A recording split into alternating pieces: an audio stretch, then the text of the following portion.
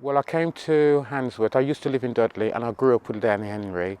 He's 1 year younger than me, myself. And I came to Handsworth in 1982 and I lived on the top section of Handsworth by Handsworth Wood. I've always been mad about properties since I was 14 and I bought my first house when I was 18 and a half.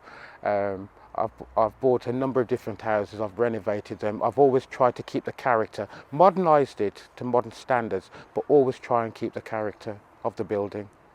This is where James Watt lived in Handsworth.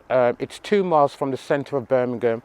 At that time when James Watt lived here, Birmingham, the centre of Birmingham was very smoky, very industrialised, and this is where a lot of wealthy people lived in Handsworth, which is just outside the city because the air quality was a lot better.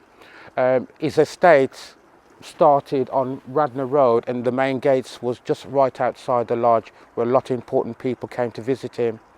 His main house was just down the road and you'll notice the land goes into a dip, and at the side of the house there was a lake which is now Gibson Road, and it also almost went into Handsworth Park. All this was his garden that surrounded his house, and he did have an entertainment house that all his guests went there and they stopped there overnight or a weekend and they entertained James Watt on his estate. They didn't actually live directly in his house, and it wasn't as glorified as Matthew Boulton House, which was his friend, which was one of the inventors of Birmingham also. So James Watt, even though he was very, very wealthy, he lived very modest at the same time. I bought the lodge here in 1989, and I also bought Cherry Cottage, which is just around the corner on Heathfield Road, and that is a Grade 2 listed building, so it's a very important building. When you do see it, you'll see that it doesn't follow the road of Heathfield Road, because when it was built it was called Heathfield Lane, and it bent towards Lozells Island that is known right now. So that's why it's the only property, and it tells the history how old it is because it's on an angle. And so that's where it's led to the Heathfield Lane.